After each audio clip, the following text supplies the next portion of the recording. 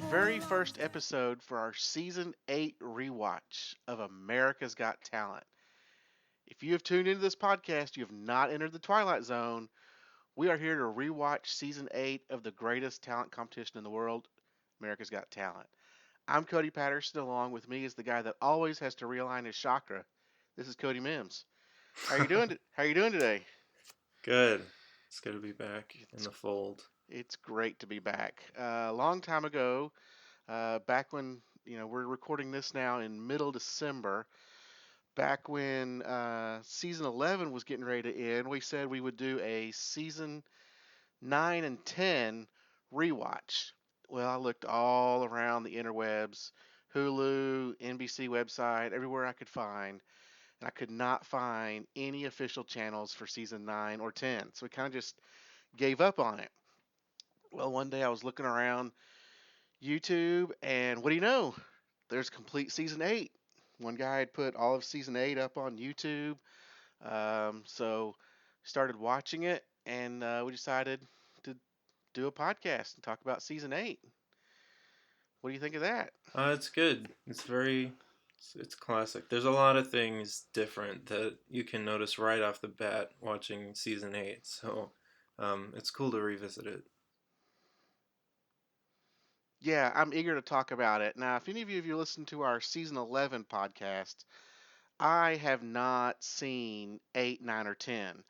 At the end of season 7, when Latte Dogs won and the Earth Harp didn't win, and a couple of other people that really should have won season 7 didn't win, I got a real bad taste in my mouth. I gave up all hope for America.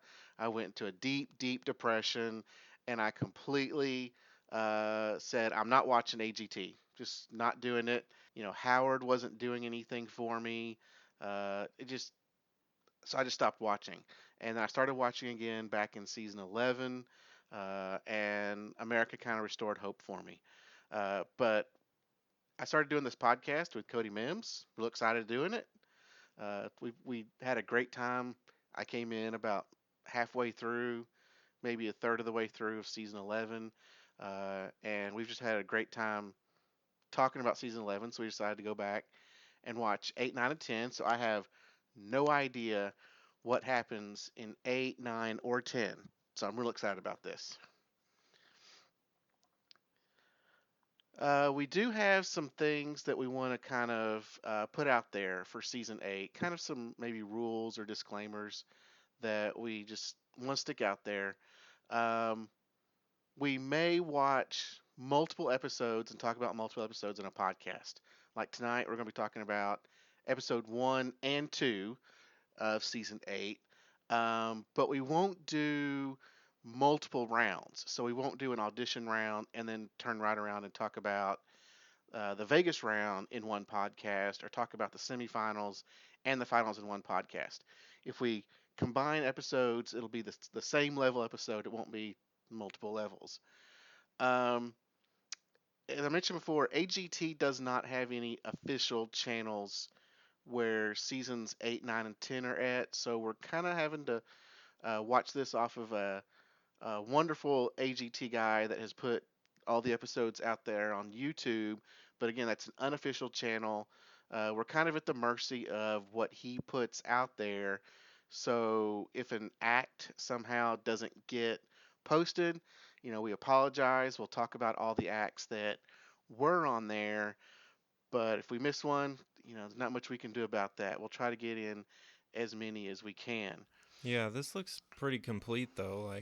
It's literally just the episodes broken up into 10-minute blocks.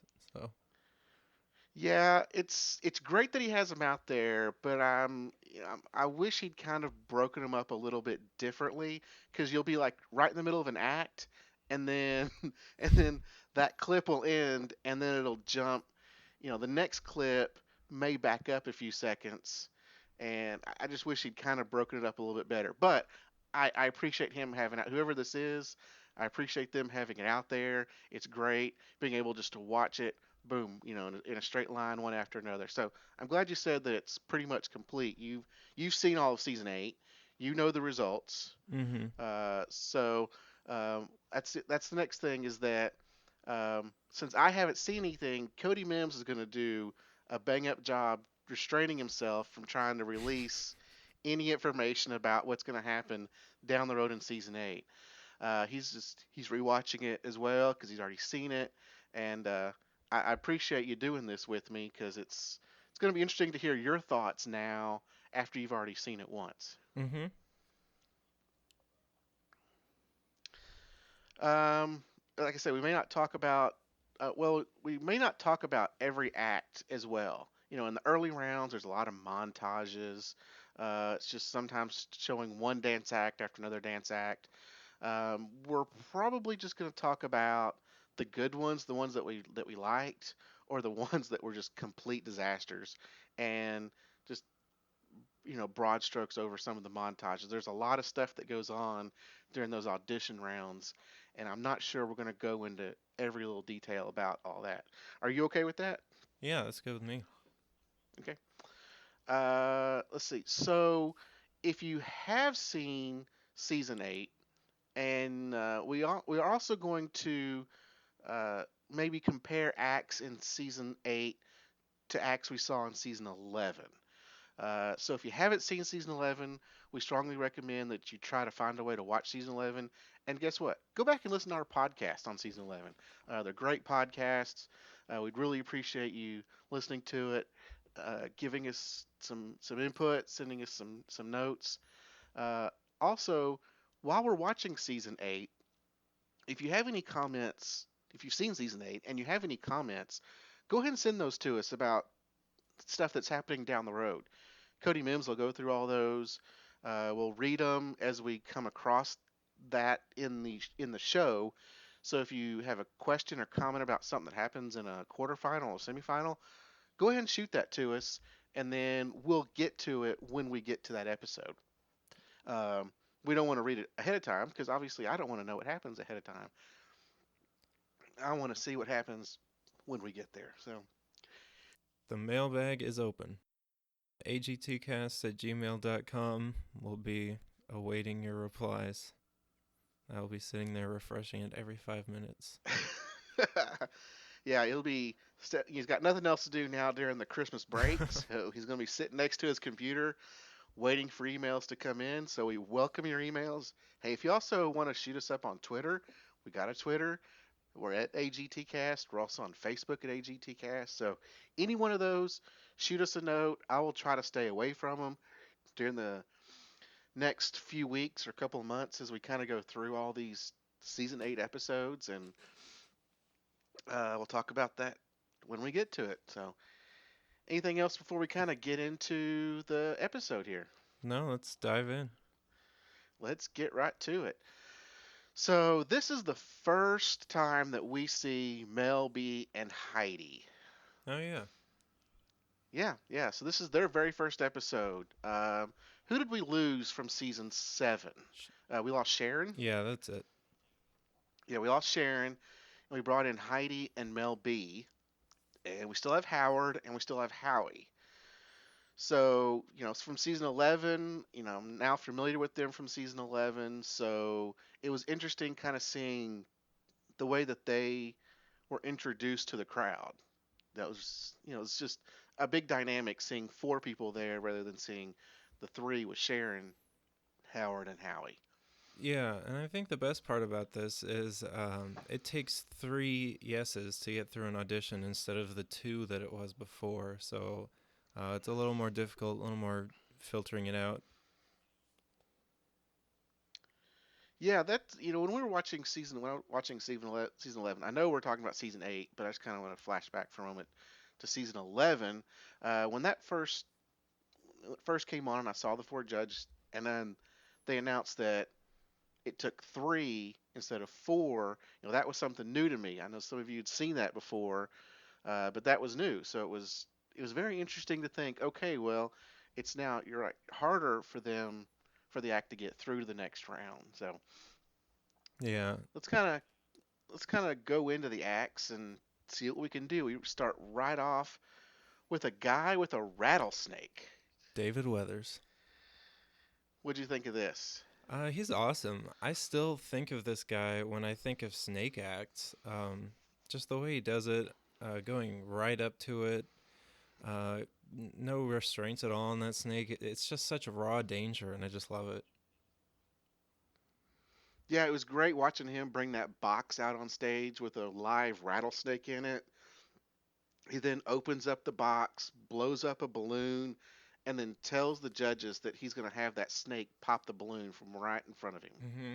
So it felt really tense to me because he says he's been bitten multiple times. Right. So I thought it was great. He did get put through to Vegas. I kind of like to see this. I can't wait to see what he's going to do next.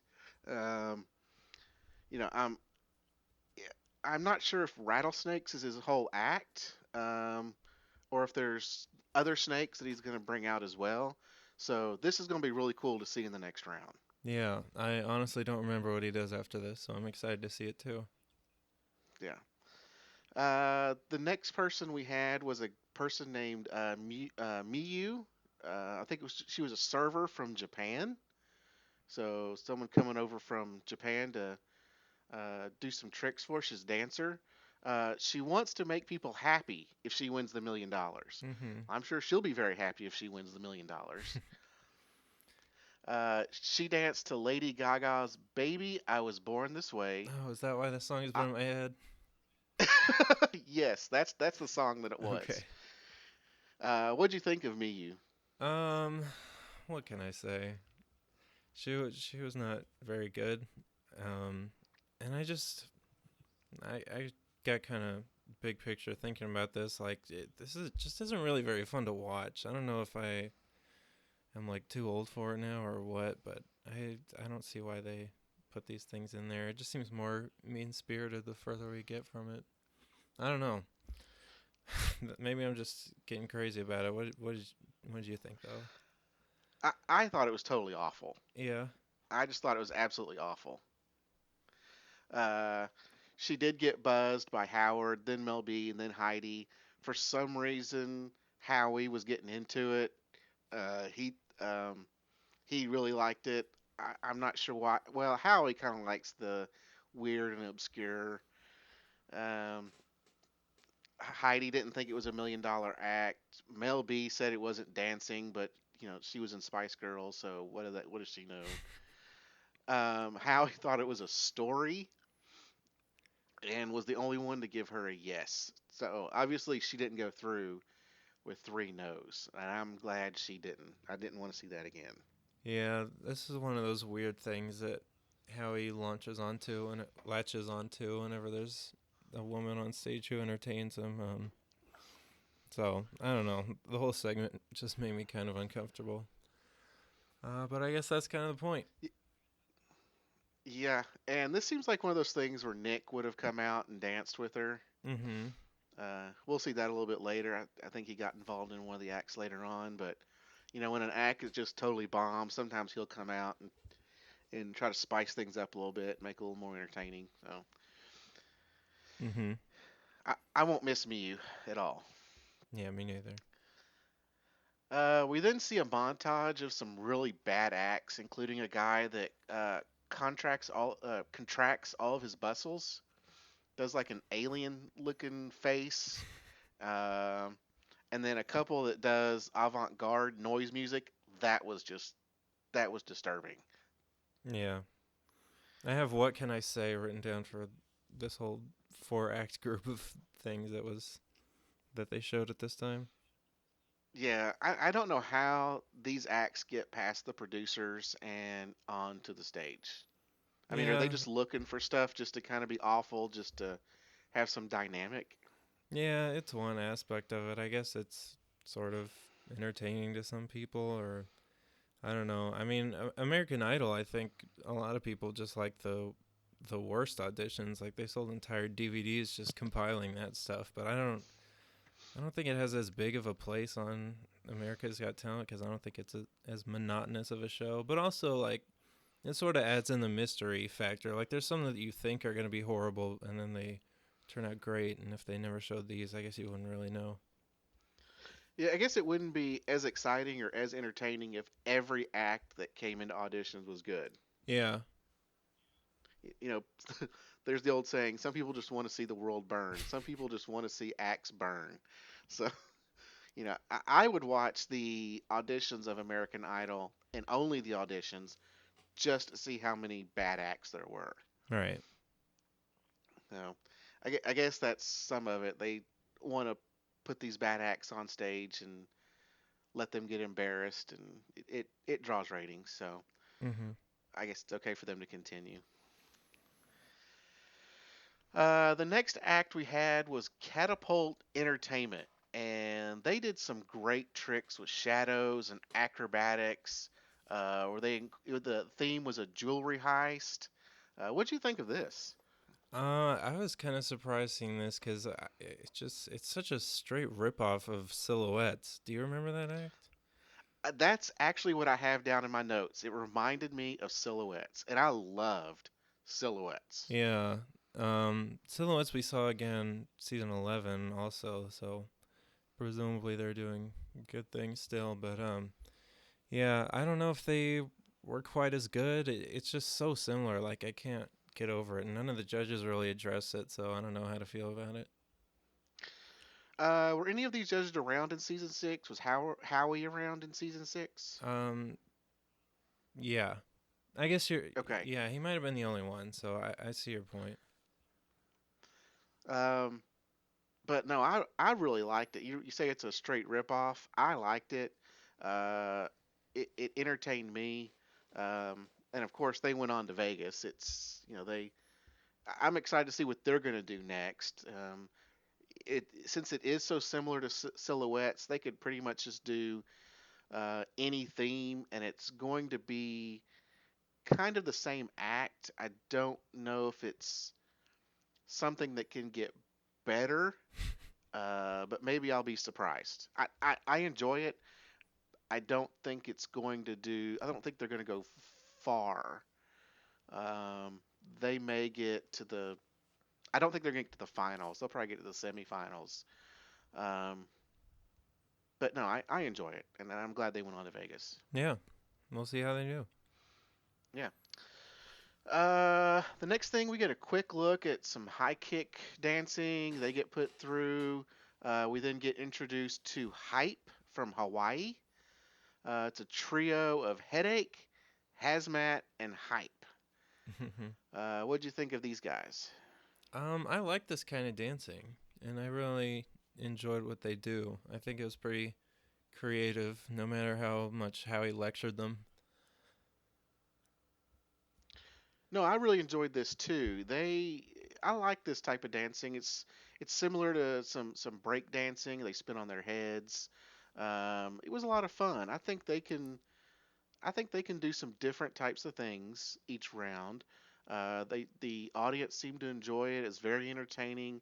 They got judges from they got yeses from all of the judges. I expect big things from these guys. Mm-hmm.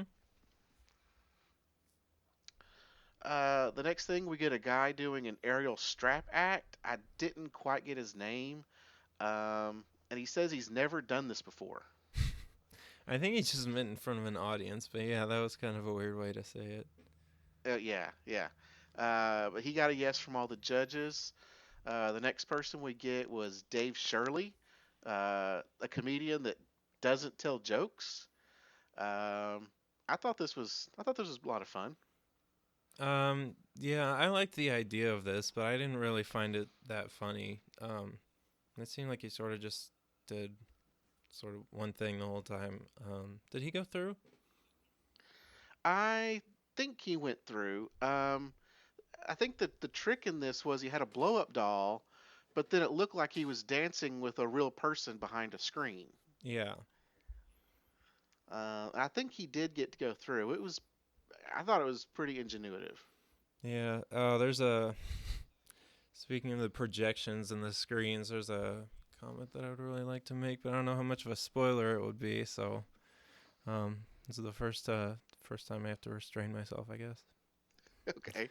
Yeah, if you feel that it's going to be a spoiler, let's not do it, and we'll talk about it The later. listeners know what I'm talking about.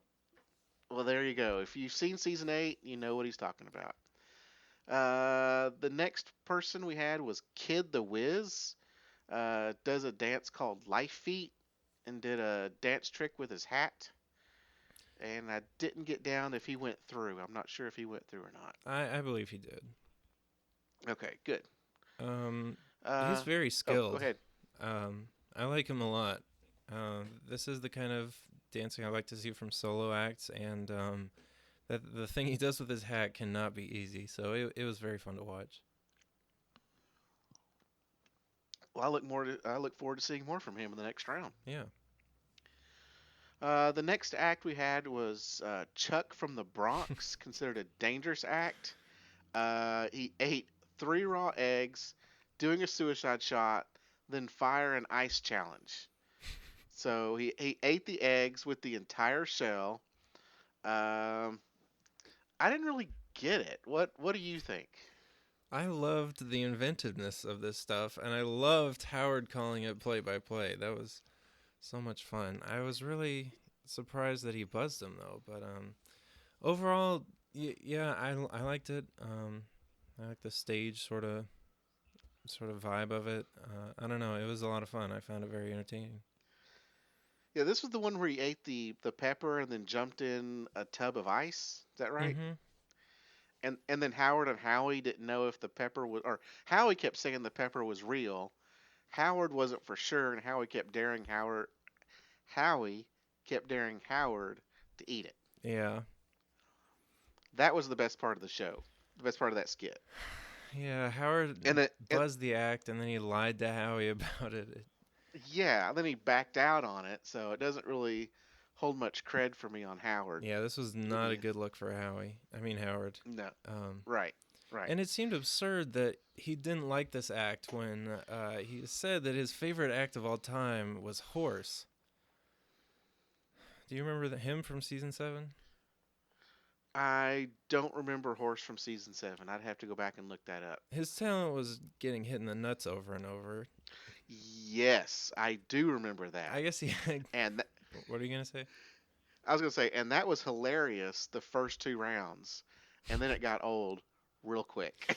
Yeah. So he sort of just. I guess there's much stage presence there, but he just sort of did the same thing over and over. And I would have really liked to see what Chuck from the Bronx did next. So I was disappointed they didn't put him through.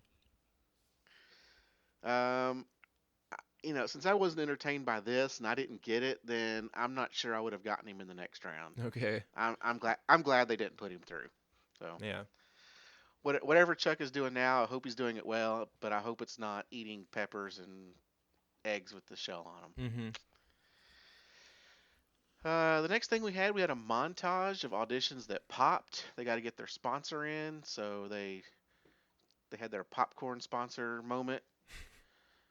Then they showed some kid acts, um, and then we had Alex. I have in here that Alex didn't sing very well. Do you have anything on that? No, I wasn't wowed by any of this stuff, but Okay, yeah, this was all like just bad stuff. We then get some feature clips of Anna Christine. She's 10. She's saying by the Animals' House of the Rising Sun. What'd you think of Anna Christine? I like her singing.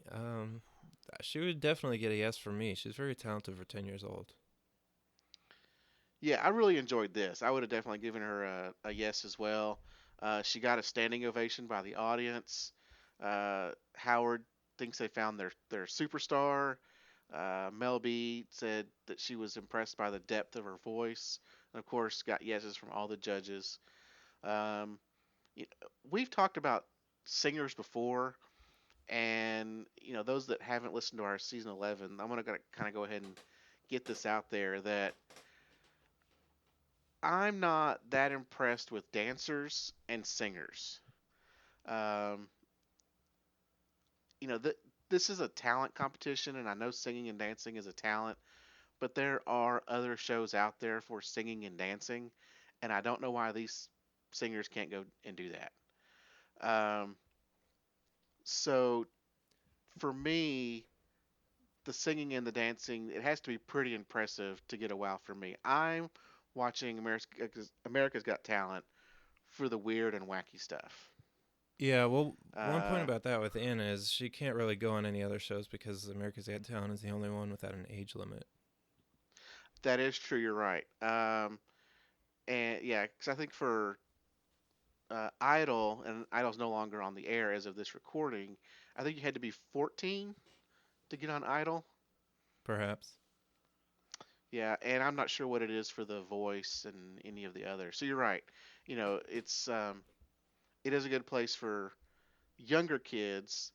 Um, but with that, I want to see more of the different, the danger acts, uh, non-singing, non-dancing type acts. I like to see those in America's Got Talent. So I hope I'm hoping for season 8 that we're not going to see half the field being singers. I'm hoping you're not laughing in your head right now with me saying that, knowing that there's probably half the field being singers. So we'll see as it goes along uh, how all of this turns out. Do you have anything else to say about Anna Christine? Um, no, I am looking forward to seeing more of her. As for my stance on singers, I also get pretty bored when there's so many of them, and I don't want to be like, get off my AGT singers, but like that with Simon on the panel now having some weird bias towards them, it's a little bit different and a little bit harder to deal with. So it's kind of nice to be back in season 8 for that reason. Yeah, we have pretty much two comedians now between Howard and Howie. I would consider Howard a comedian. Yeah, that's fair. Uh, then we and then we have a singer dancer in Mel B. And then I'm not sure why Heidi's here with her fashion uh, background, but it is what it is. So we have Mel B that's the singer expert, and I guess the dancing expert. But at this point, I'm not sure that she carries much of a voice. But we'll see. What do you think of Howard? I've just personally never been a big fan of Howard in general. I never really listened to his show. I mean, there's times I listen to some clips, or I've maybe caught it on the TV, and I've watched a few minutes. I've never really laughed. I've personally never found him entertaining. I know he's got a huge following. Uh, Celebrities go on his show all the time. Um, I get all that. I just personally am not a big Howard fan. Mm-hmm. I know he's a huge fan of this show, and that's why he does it. That's why he was a judge on it for a few years. But he doesn't do anything for me. Yeah, all right. Of this four panel, Howie is probably my favorite. Okay. I've seen all. Yeah, we've talked about this before. I've seen his stand up. I've been a big fan of his since I was a kid. I know that's bad to say because his stuff's not kid friendly. But probably since I was a teenager, 12, 13, somewhere like around in there. I've seen Howie, with his Bobby cartoons. I've just always loved Howie Mandel. He's probably one of the reasons I watch the show, that and the acts. So I hope he sticks around for a long time. And Nick, I like what Nick does on the stage. I think he's a much better host than Regis and Jerry Springer ever were. Oh yeah, for sure. Um, he, yeah, he's much better with the acts. His interviews are great.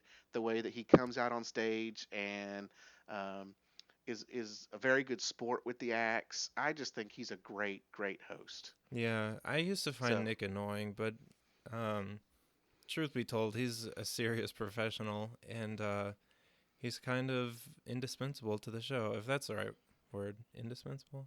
Um, anyway, so the show couldn't go on without him. yeah, that's what I'm saying. I mean, maybe Yeah. we'll see someday. I hope that does not come soon, but yeah, he's good at what he does, and there was in season 10 there was this wonderful special they did as a 10-year anniversary thing, and in that they had a segment where they sort of celebrated Nick, and that was one of the things that really made me come around on him, and I am excited for whenever we do our season 10 rewatch to talk about that, because that whole special in general just gave me this all kinds of love for AGT. So And also, does Howie still do Deal or No Deal?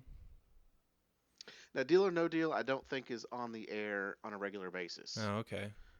It's on, of course, on reruns on Game Show Network, but I don't think it's on the air anymore. Okay, that's all I know him from. Yeah, and he was great on Deal or No Deal. I really loved that as well. Mm-hmm. That's the banker. So yes, that's the one with the banker and the models upholding the suitcases. Yeah. Yeah. Okay, well, let's move on. We then see a Nick clip where Howard talks about Nick being married to Mariah Carey. Now, that's dated because as of this recording, Mariah and Nick are no longer together. Yeah. So it's amazing how much has changed in 3 years. So spoiler alert for those of you that didn't know, Mariah and Nick no longer together. Um, Uh, it was very funny to see Howard go from how I'm used to seeing him making jokes about their divorce to making jokes about them being together. So, never change, Howard. yeah. We then get an orchestra, and Howard said he doesn't like orchestras. I personally don't know if judges. This is just me. This is probably another thing that kind of bothered me about Howard, and he does it on something else later on.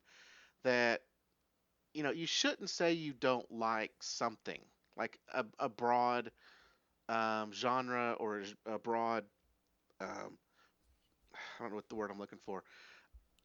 A generalization about something. Like you shouldn't say a judge shouldn't say I don't like orchestras or orchestral music or whatever it may be.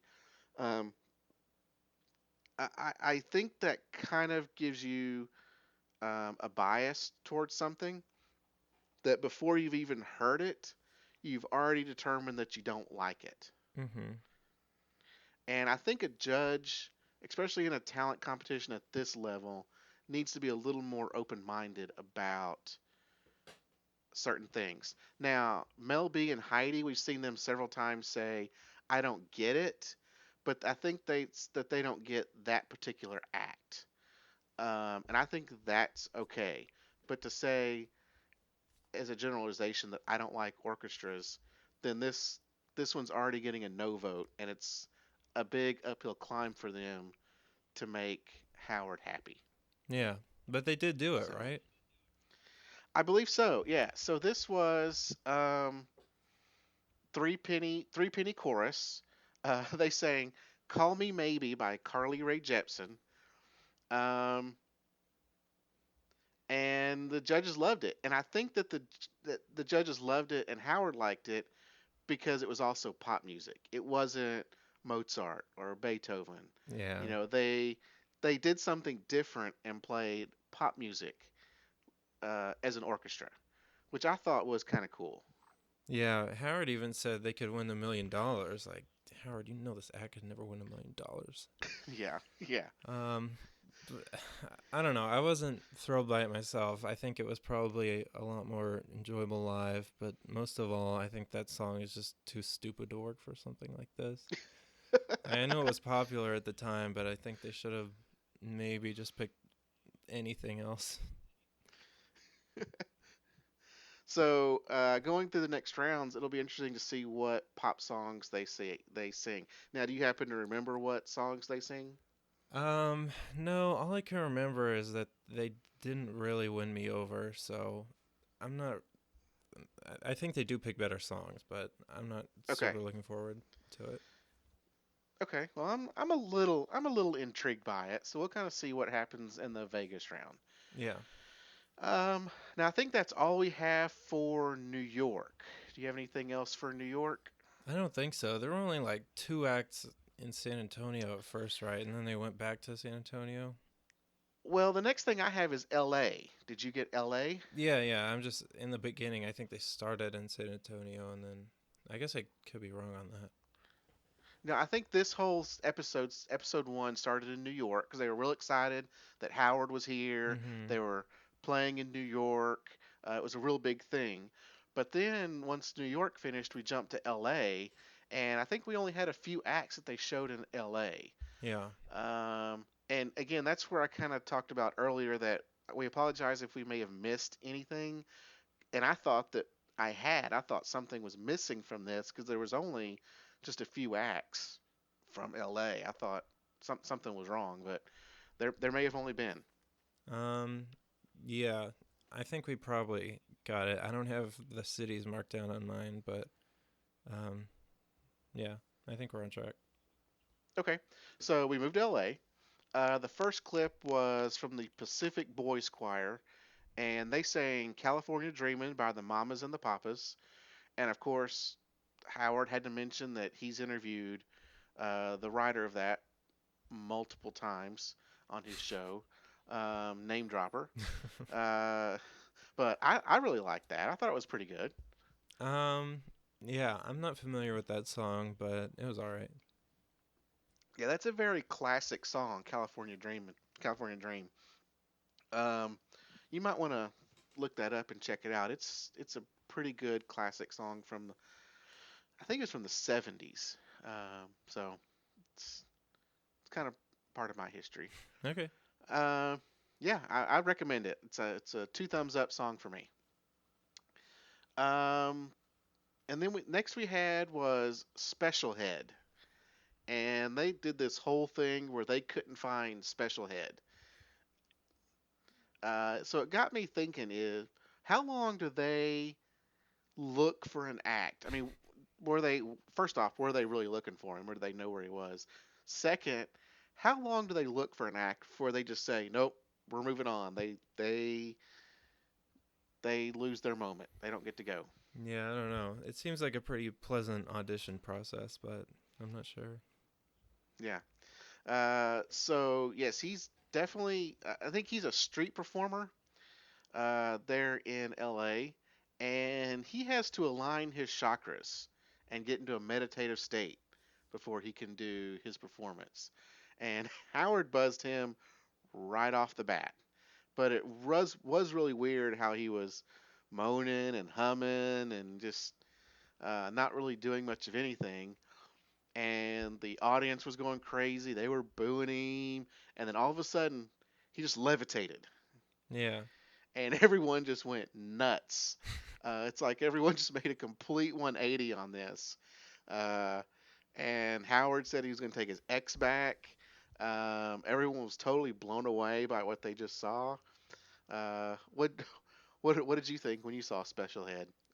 It makes sense that he commented on the X's being too loud in his package. I think he knew he was gonna get some from the way that he did his thing. And honestly, I'm surprised that he even made it to the levitation because the time he spent like aligning his chakra was surprisingly long. But it did end up being pretty cool. I would give it a yes. Nick gave a interesting reaction shot when he walked out on the stage, and honestly, the best thing I can say about this guy is he is very committed to his character. Um, he doesn't really break from it, even though it is sort of one of the weirder ones, and it's very cool. I like it a lot. Yeah, I really liked it too, but I have to kind of admit that I know how this trick is done. I've been on the internet quite a bit before I even saw this act. I've seen articles about how this is done. Now, I'm not going to reveal it on here just to not spoil the magic for anyone, but I know how this is done, and it involves his cane, and that's all I'm going to say. That's what I heard about Um, it too, because my friend was talking about this when this first aired back in the day, and he said, "It's all in the stick." it's all on the stick. If you notice, he never lets go of his stick. But that's all I'm going to say. I'm not going to say much more than that.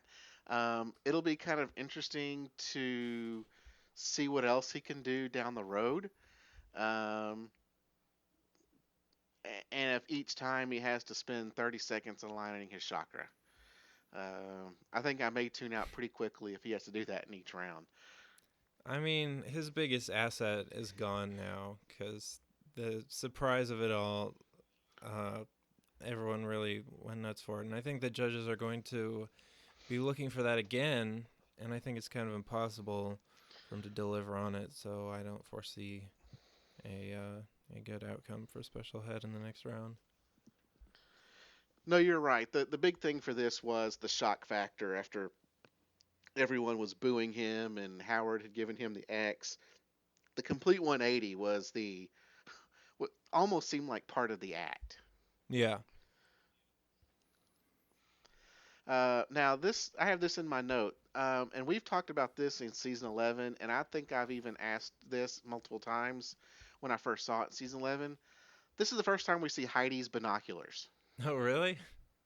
Yes. So because it's the first time we have Heidi, the first episode of Heidi. So we have the premiere of Heidi's hand binoculars, Uh, and I knew right off the bat. Once I saw it, I'm like, yep, there's Heidi's hand binoculars, and so seeing this now, I know it's nothing new for season 11. Um, and I can't wait to see more Heidi binoculars as this season moves on. Yeah, that's cool. So, if any of you that have not listened to our season 11 podcast, Heidi does this thing with her hands where I don't know if you were a kid, you would use them to kind of put them up to your eyes and make it look like your binoculars. And she says she does this because the lights are in her eyes. That makes sense. Well, you're a fashion model. You're used to lights being in your eyes. Lights have been in your eyes your entire life. I don't think you've gotten where you are by holding your hands up to your eyes and making binoculars. I think you can handle the lights a little bit. But anyway, you have anything else about Special Head?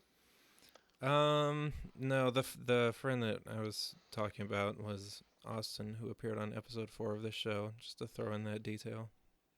Okay, can't wait to look for him. Yeah. Oh well, I mean episode 4 of our podcast. He was the Oh, okay, guest okay. host. Oh, okay. Oh, back in season 11. Yes. Oh, okay, okay. Sorry, I thought you were talking about he's in episode 4 of season 8. But No. yeah, go back and listen to season 11 and listen to episode 4, and you will hear Austin. He's very funny. The next person we had is Angela Hoover, who is 42, and she's a stand-up comedian, and she does impressions. Mhm. What did you think of Angela? I like her story. It is almost a Julia Scotti like narrative. She had to leave the comedy game and is now back to wow the world. That being said, I didn't really get her impressions, and impressions are a weird thing to watch when you don't get them. Yeah, her story was really good. That you're right. She had to give up her career for her family, I believe, and now that they're all older, she's decided to come back. She says she's a stay-at-home mom right now. The first impression she did was Celine Dion, and then did Drew Barrymore, and they both kind of sounded very similar to me. Mhm. Um, I don't think her impressions were anything that stuck out at me. Kristen Chenoweth did not sound like Kristen Chenoweth. The one she did after that had a Latina voice, I thought maybe was Sofia Vergara, but she didn't really say. Um, I, you know, she went through, but I don't think that she's gonna go much further unless she just really brushes up on her impressions. I think someone like Howie, who is a master at impressions, is not going to put this through. I should look up Howie doing impressions because I've never heard that. You need to go back, yeah, and look up Howie on YouTube about doing his impressions and some of his comedy, and he's really good. He's one of the top impersonators. Okay. But Yeah. yeah, I do sort of remember how far she goes, so I won't comment on your prediction. Okay. We then get a montage of some more bad acts. We had Barbie and Mina. This was so awful, it was hilarious. Yeah, like the Spice Girls. Like the Spice Girls, yes. We get a montage of people trying to reach their dreams. We get a feature of Tone the Chiefrocca Oh yes. uh, with his brother. He said he wants to be a one-hit wonder, and I actually wrote down, and some of you may get this, that he wants to be an oneater. Do you know what an oneater is? I don't. Is that an artist? No, it's from a movie. I'm trying to remember the name of the movie. It's with Tom Hanks, and it takes place back in the 50s, and it's about a group of guys. They form a band, and they write a song, and I wish I could remember the song because actually the name of the song is the name of the movie. But they end up becoming one hit wonders. Well, they called themselves the Wonders, but they spelled it Oneders, Oh, Wonders. But everyone kept saying, everyone thought it was pronounced Oneaters because of the way that it was spelled. So when he said he wanted to be a one hit wonder, it made me chuckle because I thought of that movie. right. Um, and then he sang the song Booty, spells booty. And this is one of those times where everyone got into it. Nick came back out. They did an encore of it, and you know, as he was singing it, my first thought was, well, if he goes on to the next round, he can't do it. He can't go much further because he's just going to do the same song again. He wants to be a one hit wonder. He's going to sing one song. He's not going to sing another song. Well, they're not going to want to hear the same song round after round after round. Well, then I think Howie said the same thing later on that he can only sing the one song in each round. Yeah. Um, I really enjoyed this though. This was one of the highlights of the episode was this guy. Yeah. Do we know if this guy's going to be on the holiday special? I haven't heard. Yeah, so the holiday special, we can talk about that a little more later. Is we're recording this on a Saturday night. It'll be on Monday, the 19th, December 19th, and we will do a podcast for it as well. So we'll talk about the holiday special. That's something we're both looking forward to. But I have not heard if he is one of the acts Okay. in that. That would well, he can't sing Christmas songs or holiday That's songs. true. He would just have to sing this one song. This is one hit wonder. Yeah. Um, I think there's a but he was. Go I ahead. think there's a clip out there that I haven't seen yet of Grace doing a holiday song. I guess I haven't really thought about that, but I guess that's going to be kind of the vibe of what happens. So it'll be interesting to see how it has that flavor. But yeah, it probably won't be a home for Tone the Chiefrocca, sadly. Yes. And that completes episode one. Do you have anything else to say about episode one? Um, well, Tone, uh, he's part of the AGT legacy. People still talk about him today. And he's so funny. He's just such a highlight. A true great moment. One of my sister's friends walked in while I was watching this and started quoting him. So his reach is very far Do into the world. Do we know if he actually became that one hit wonder? I have not heard of this guy.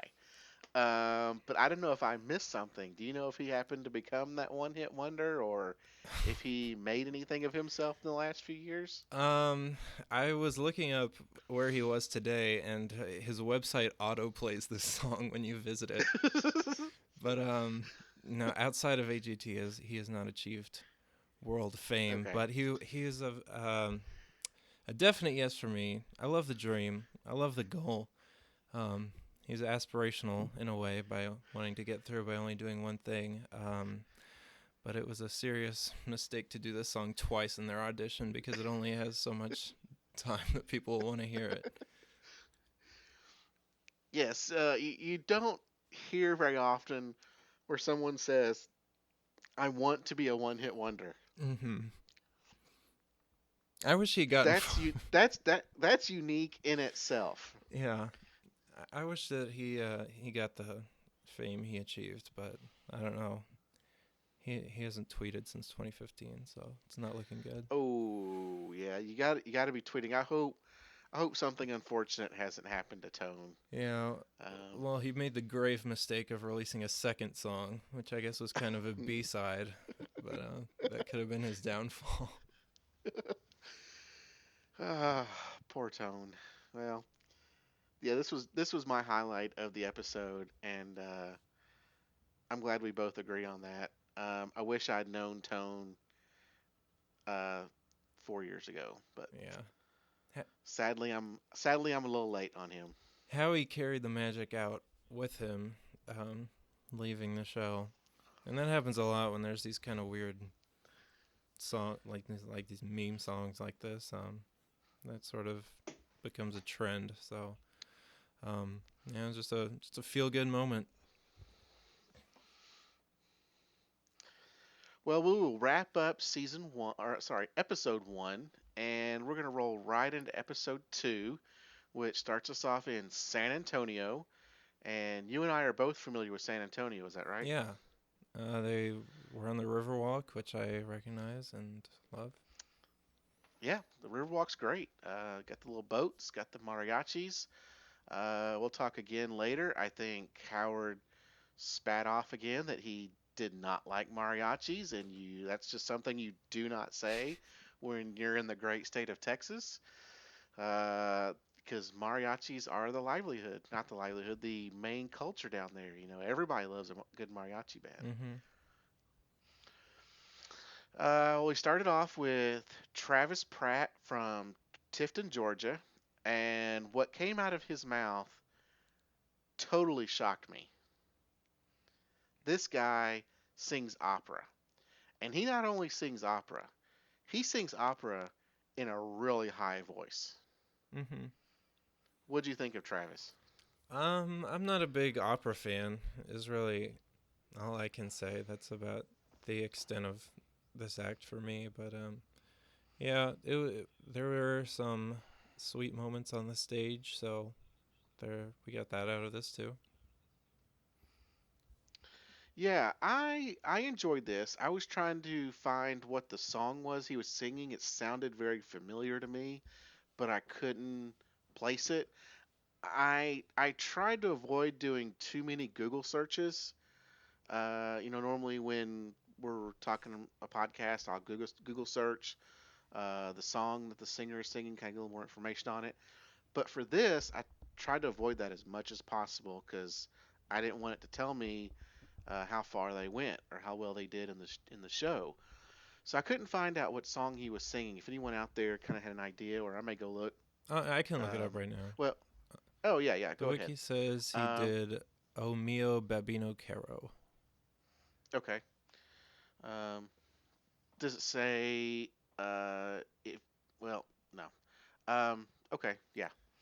Um, I was impressed by this. Uh, Being a Jackie Ivanko fan, I loved hearing this. Of course, we got a Jackie Ivanko reference by Howie, Mm-hmm. so that was kind of good. Um, he brought his girlfriend on stage. Oh, sorry, I meant fiance Oh, because he proposed to her right there on the stage. I think that's a first for AGT. possibly. I don't know. It seemed like it was a pre-planned thing though. Yeah, and this kind of reminded me what happened in season 11, Yeah. where we had the high school kid bring out the was it teapot and ask the girl to prom, Mm-hmm. which I think is a reference from The Office. The Yeah. Office. Yeah. So it was really cool to see that. And he did get to go through. Uh, being an opera singer, being a good opera singer, we've seen opera singers do very well in this show. I don't think any have actually won. Jackie Ivanko came close. I think she was a runner up. Um, but I expect big things from him, especially since it's not a typical range for a gentleman of his size. Mm-hmm. Being a high voice, and I was trying to figure out what that range is for a man. For a woman, it's obviously a soprano, but I could not figure out what that range actually is called for a man. If anyone out there could help us out, that'd be great. Um, So his range being different, singing opera and being a good opera singer, I think he'll do very well. Yeah, I hope so. Yeah. Do you have anything else about Travis? No, that's all. Okay. We then get a couple of montages to the song "This Will Be" by Natalie Cole. We got an acrobatic couple. I didn't get their name. We had a ballroom dancing couple. Do you have anything to say about that montage? No, I think we can move on. Okay. We then get something very interesting. We get some kid ballroom dancers. Now, what's interesting about these ballroom dancers is it's there's it's a brother sister thing, but the brother is in one duo and the sister is in another duo, and they're competing against each other. Now, on top of that, both kids were in were they actually in the Untouchables from season 7? Yes. Yes, so they were in a group called the Untouchables Dance Troupe from season 7, which then also relates back to the Miami Dance Troupe from season 6. So this these two little kids actually have now 3 seasons. I don't believe they were actually in season 6, but they're related to a dance troupe that was in season 6. So we've now seen 3 seasons of dancers, I think by the same guy, or at least related to the same guy. Am I saying all that right? Yeah, they're a total superstar family. Yeah, I mean, they've just been on AG. They were on AGT 3 seasons in a row, uh, and I was impressed with them. And the Miami Dance Troupe, I was impressed with them. The Untouchables, I was impressed with them. And I think I'm gonna be impressed by these kids. Yeah. And yeah, we've seen kid ballroom dancers a lot over the years. Yeah, Ruby and Jonas were a much better duo than Alla and Daniel. Yes, I would agree with that. Yeah, and I think Ruby is the sister, and was Ruby and Jonas and D'Angelo and and Amanda, right? Yeah, I think Jonas is related to Amanda, but I could be wrong. Okay. I have to let's see. Yeah, well, Ruby was in the Untouchables. Um, we'd have to go back with that. We apologize if we got those facts incorrect. Any of our fact checkers want to help us out on that? We may need to go back and recheck all that. We'll need that for the the next round. That's going to be some pretty critical information to talk about. But anyway, I really enjoyed this. Yeah. Yeah, but whichever group it was, the first couple was much better than the second couple. Um, yeah, I would kind of agree actually. I think they really are kind of shining stars. So it'll be interesting to see how they do. I don't really remember which one of them is going to come out on top, but yeah, they are warring factions, I guess. The first couple did a salsa dance, which was really good. The second couple, I felt was a little on the adult side.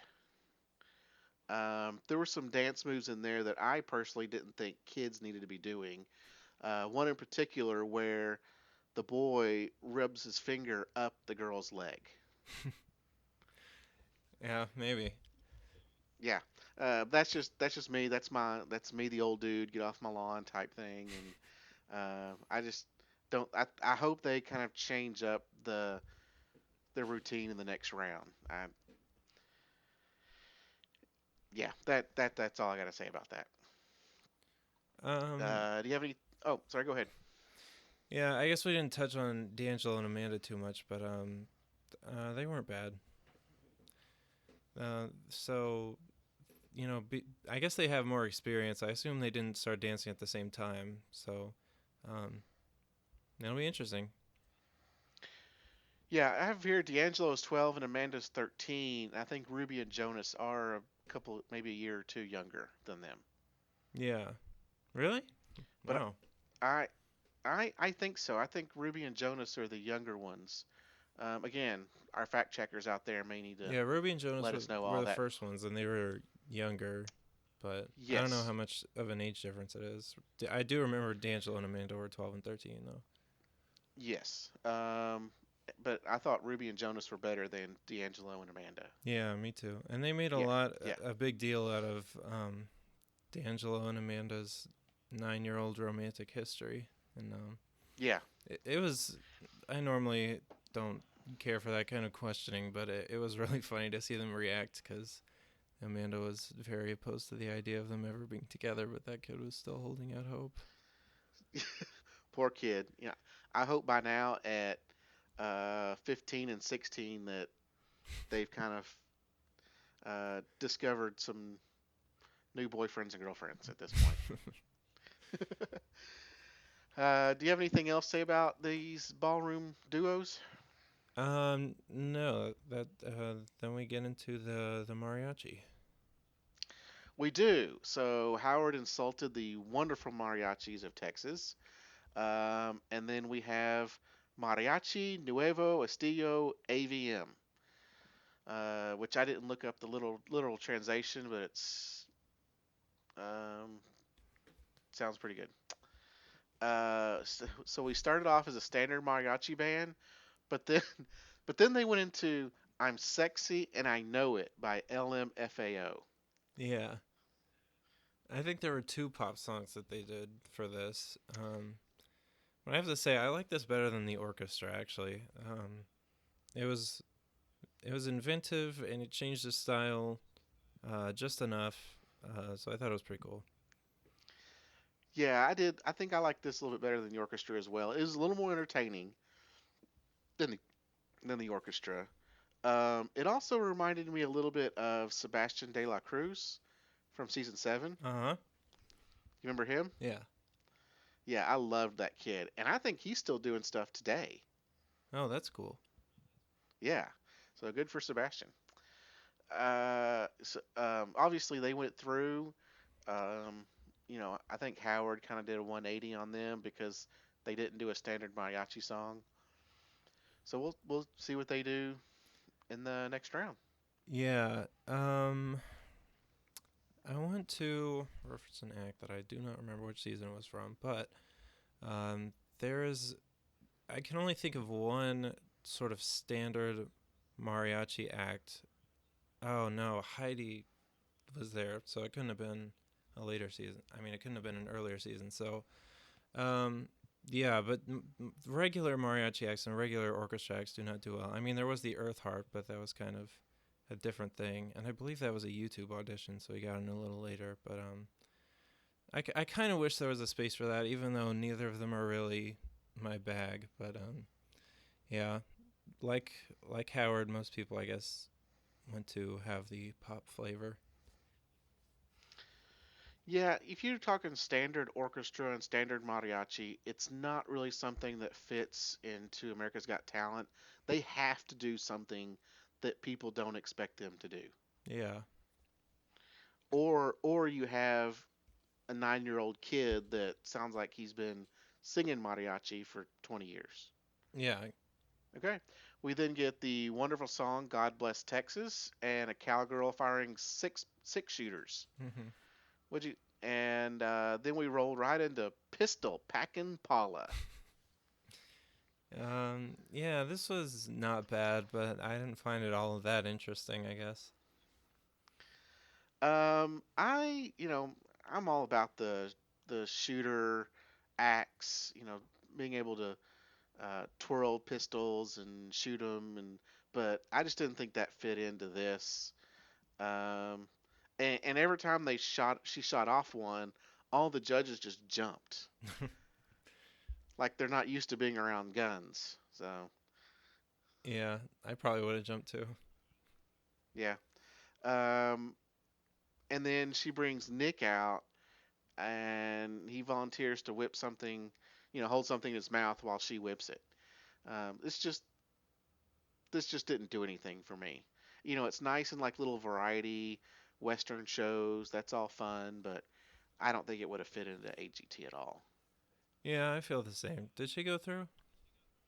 I don't believe so. She got the girls buzzed her, and I'm pretty sure I don't have it in my notes, but I'm pretty sure she got no's Okay. from everybody. This is just one of those acts that I don't think that any of them understood, just because it's not something they're around a lot. I think guns probably, even though they're blanks, there's no real bullets in there. Um, I just don't think it's something that they get. Mhm. The next thing we had is Brian Byers, who's a sword swallower from Idaho. Now, this was a real twist on sword swallowing. He brought out a device where they could actually see, his esophagus and his stomach where he's swallowing the sword. So I thought this was pretty cool. Yeah, that was very unconventional. And the whole act was just pretty extreme, so it was cool. I guess I don't mind sword swallowers at all. I think they're kind of cool. Yeah, I think sword swallowers are kind of cool too. We see them pretty much every season, and they kind of have to mix it up a little bit to make themselves stick out from previous seasons. Um, but it's I enjoy a good sword swallower. Yeah. Mel B gave it a no because she said she doesn't like it. I don't think she totally respects the Danger Act, and we saw that a lot in season 11. Yeah. She probably doesn't want to feel like a cause of anyone's danger. Yeah. Uh, so, I mean, some people just anything else don't about? like those kind of acts. I think like Penn and Teller might have some kind of stance against that, or just in magic, like actually like risking yourself. Um, I think I don't know. Some people just don't like it. I guess. Okay.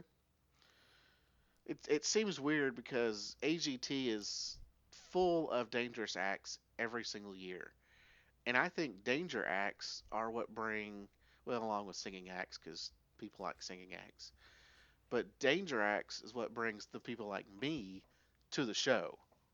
You know, I want to see, again, I want to see the world burn. I want to see what's going to happen if something goes completely wrong. Like, who was it we saw last in season 11 that it did go wrong and he got shot in the face with a burning arrow?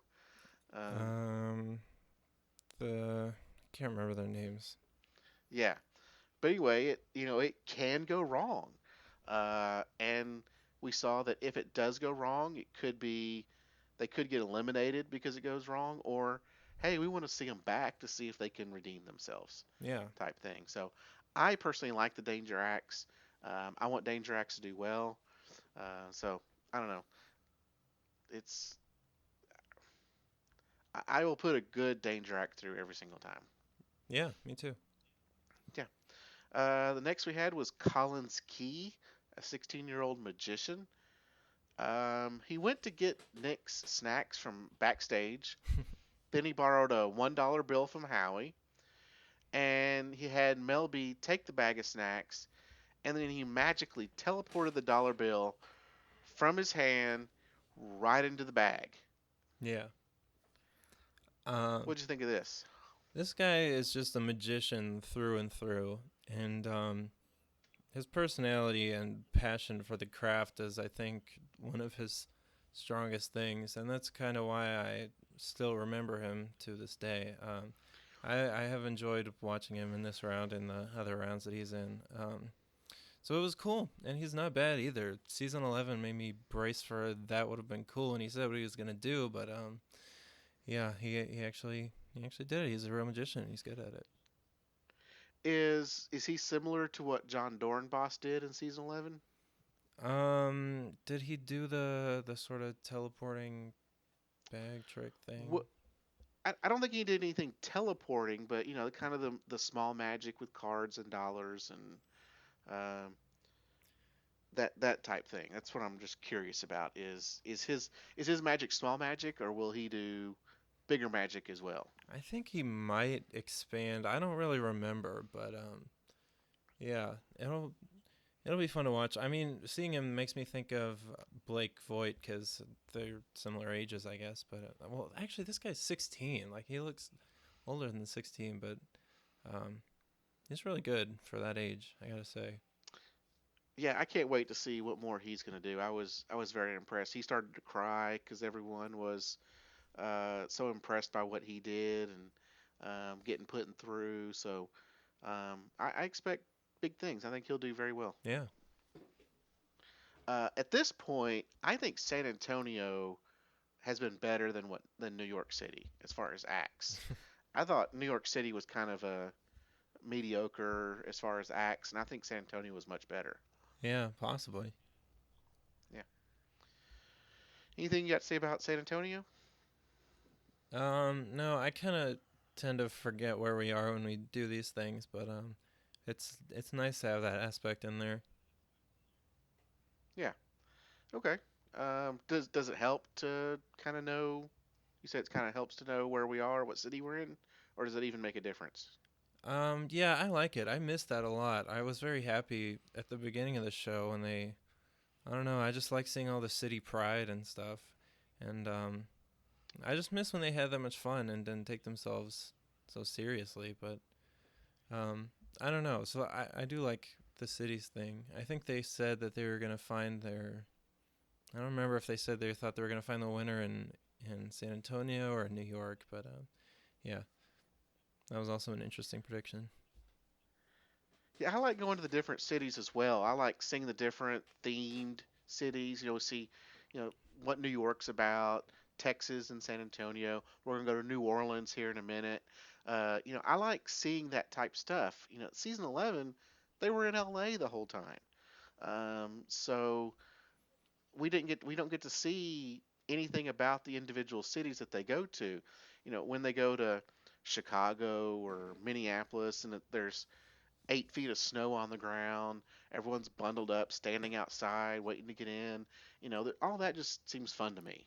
Yeah, And they talk about, hey, like you said, we're gonna find a winner here, or we're excited to be in this city. That type stuff. Just fun.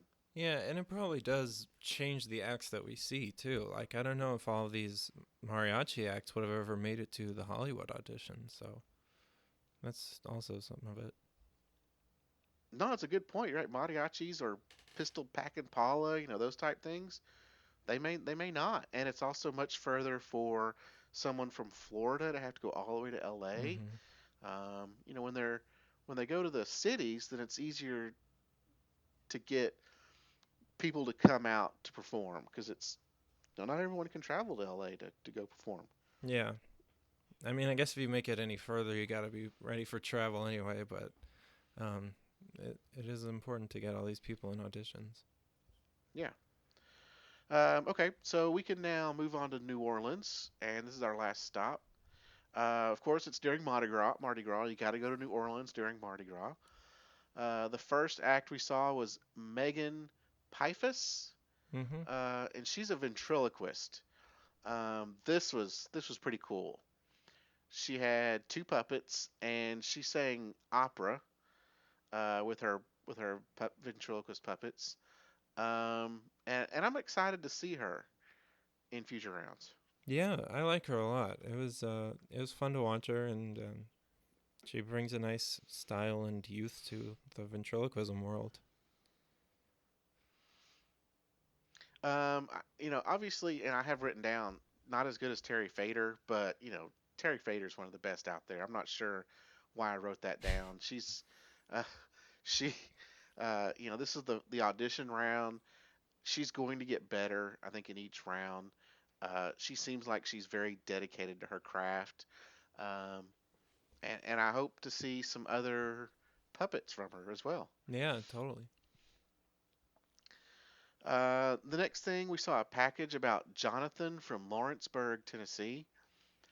We found he was kicked out of his home when he turned 18 because he's gay, which I thought was a little sad. That is, I'm hoping in the last few years that he and his family have found a way to reconcile, and he's been accepted back into his family. Yeah, on his 18th birthday. That's harsh. Yeah, Like that's very harsh. Yeah. the worst part about that is that like there had to be a period in which they were just waiting for him to leave, and I can't even imagine living like that. Yeah. Well, he sang Pavarotti, which was really cool.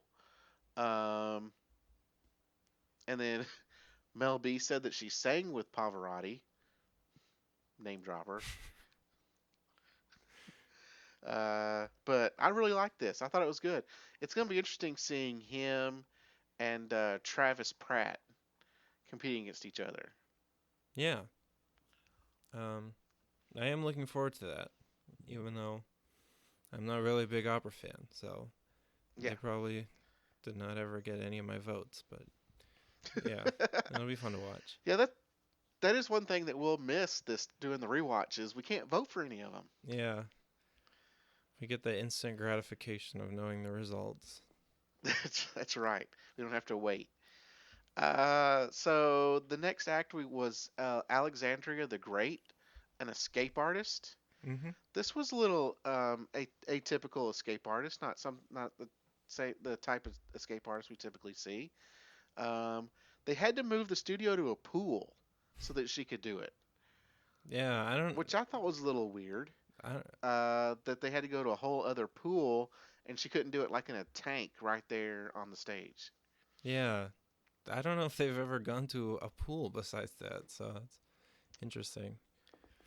No, they've gone outside for quite a few things. But you're right. I don't think they've ever gone to a pool. So I don't know if the pool is there at the studio they were at, or if they had to like go to some aqua center or somewhere down the road. I just seemed really weird.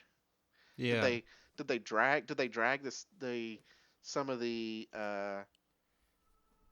um, audience there and then bring them back? I don't know. It's just seemed really weird. yeah. I think there was one where they were at an outdoor pool, but that might have just been like some overground thing that they dragged to wherever they were going to be. Okay, so this wasn't like Professor Splash Yeah, that's the where act I'm they thinking of. had a kitty. Oh, okay. So where they had a kiddie pool. Yeah. Yeah. Do you have anything else to say about Alexandria? It was a quality escape, so looking forward to more. It was. It was really cool. So yeah, we'll see. Hopefully they can kind of keep it indoors. They don't have to keep going to pools every time she has to do something. Mm-hmm. The next thing, the next person we had is J.C. Starbright. Yeah. This was not a great song, but he was a likable guy. Um, honestly, I'm not really sure that the subpar singing was as much of a problem as it might seem to be. I think it really does come down to the writing, because this is sort of more in my style than, say, a Grace Vanderwall or anything, but it wasn't a good song. No, he compared himself to. He said he wants to be the next Lady Gaga. Mm-hmm. Um, I compared this to a car wreck. You know, it's awful. It's awful, but you can't like turn away from it. Oh man. It was it was so bad. Um, and obviously Nick, well not obviously, but Nick comes out and you know tries to make it better. Um, yeah, I did not like this at all. That's fair. Yeah. Do you have anything else about JC Starbright? No, that's it. Okay. We then see a package about voodoo and creepy New Orleans things that are going on. Then we move right into Andrew Ward, a storyteller. This is very bad. Yes. Now I've heard lots of storytellers throughout the day, and he all he wanted to do was tell a little ghost story, and he gets buzzed immediately. I'm not sure they just kind of they didn't give him enough time to really get his story going. Yeah, I mean, he threw something into the audience, but Mel B liked it too, so I think he did get a chance to finish, and they just edited it down. Um, but I wasn't a fan. I don't know if I like the whole idea of the Indian murder tribe. You don't think it would have gone over well round after round after round? Yeah, I guess so. Yeah. The next act we had is Sam Johnson. This was really cool. He said he was going to do a handstand, but not like any handstand anyone else has ever seen. Right. He has a good personality on stage. He did that, and he also whipped off the hat when Howard said he didn't like it. So yeah, unfortunately, he does not get to talk much in his act. But No, and I was trying to wonder what the purpose of the top hat was because he wore it throughout the whole act. I mean, it stayed on his head even while he was on top of the 80-foot tower. yeah, well, that's part of it. I guess it's just one more thing he's got to deal with up there. Um, Yeah. but I liked it a lot, and I do. I love the hat too. It was very dangerous and it was very cool. Um, yes, from me. Yeah, it looked like he didn't have any wires or cables or a net. Yeah, that's the best part. Yeah, that is the best part. So, two thumbs up for me. I'm glad he's moving on. We'll see what else he can do in the next round. Yeah, Duo Guerrero also didn't have the net or whatever, right?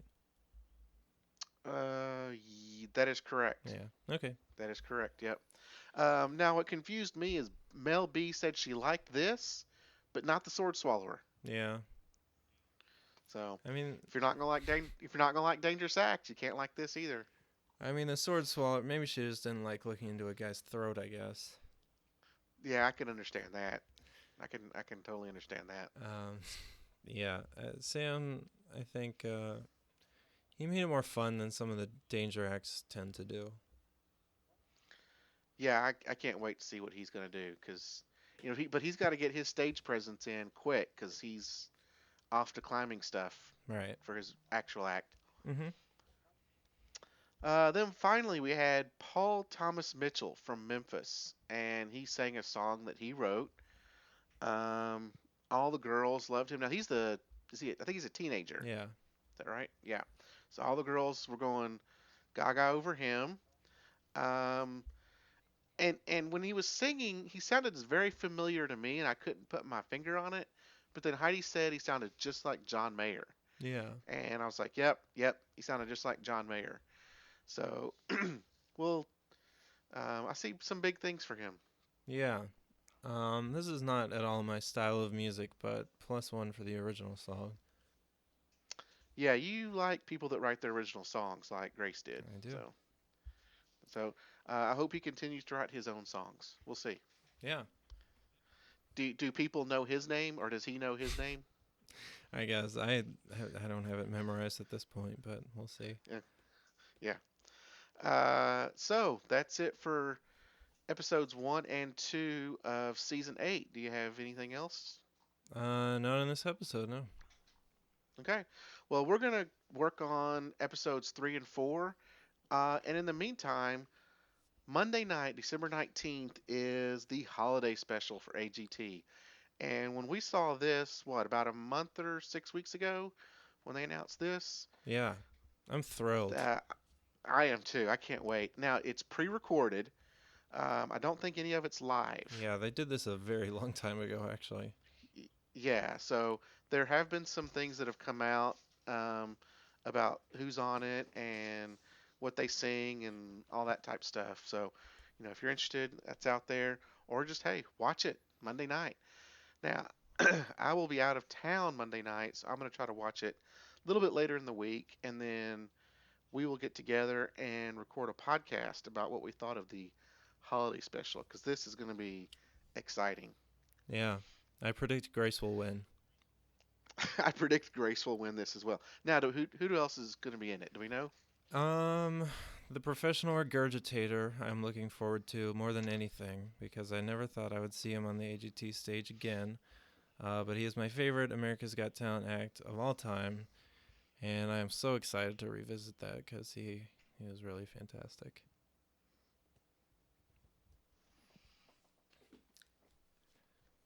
Aside from that, I think there's sort of a there's a lot of people from season 11. At least that's what was reported. Um, Maybe they just think people are more interested in that, but yeah, there's a lot of that. So Probably a lot of people Yeah, you're this familiar parade with. article says that. Oh, yeah, this parade article says that Grace will obviously be on it. Terry Fader, Jackie Ivanko. You can't have a holiday special without Jackie Ivanko singing some sort of Christmas song. Of course. Um, the clairvoyants, they're gonna predict something's gonna happen. Matt Franco, and why does that name sound familiar to me?